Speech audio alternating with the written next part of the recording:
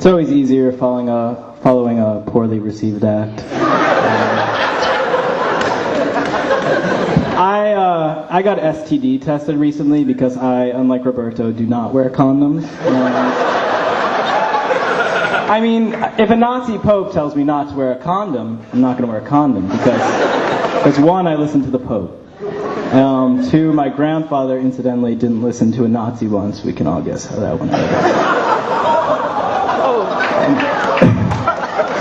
Anyways, so when you get STD tested at DUH, by the way, any applicants, I am 100% clean. They took my blood, it was glistening. Anyways, they sit you down in this chair and you have to have this interview with this nurse, and she explains to you what tests you're getting. She says, today we're going to test you for the big four, and that's chlamydia, syphilis, gonorrhea, and HIV. And it's sort of like one of these things, like which one of these is not like the other. And she explains that to you. She says, well, syphilis, gonorrhea, and chlamydia, those are bacterial, so they can be cured. But if you had HIV, that would be bad. Really? If I had AIDS, that would be bad? I shouldn't say that. People get very uppity about the difference between HIV and AIDS, right? And I guess it makes sense, but I don't know. Isn't HIV like being pregnant with AIDS?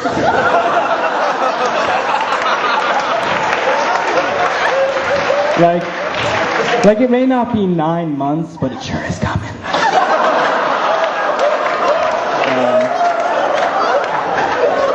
Before she gives you the test, she gives you a little caveat. She's like, and by the way, if this is about some summer thing in a foreign country that you're not sure about, that wouldn't show up on the test yet, so you're not in the clear.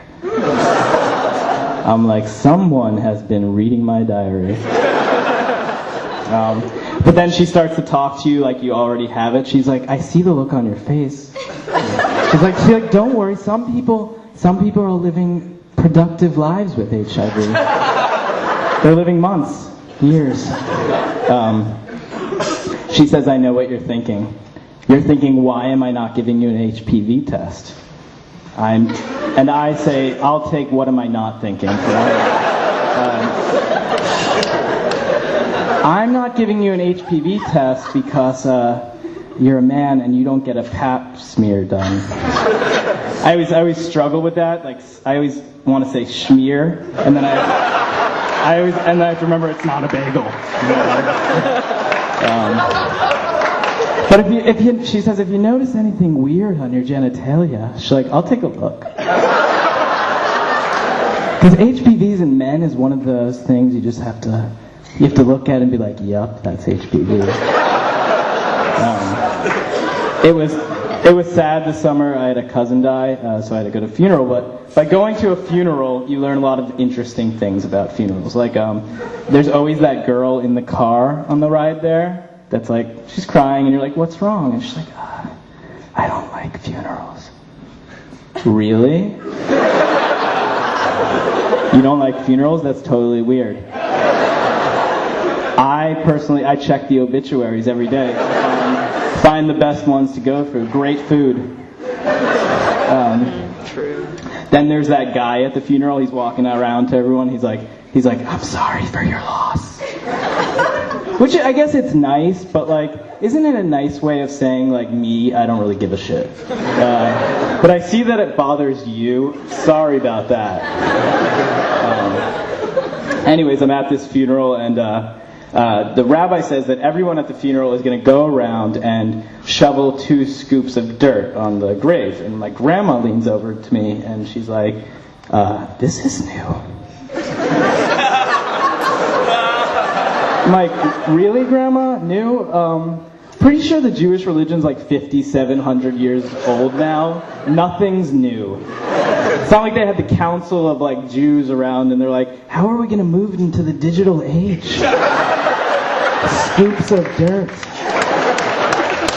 And I'm about to tell her this, and then I realize she's my grandma, and she's also really small. She's like a midget. You know what I mean? I shouldn't say midget. Midget is not the right term. You're supposed to call them little people, which I don't agree with because when I hear little, I think thin. You know what I mean?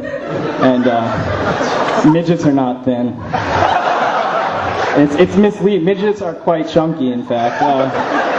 I think we should take a page out of the canine handbook, call them toy humans. Give them a little froofy haircut, you know what I mean? So just like normal humans, right? Just a different species. Alright, thank you, that's my time.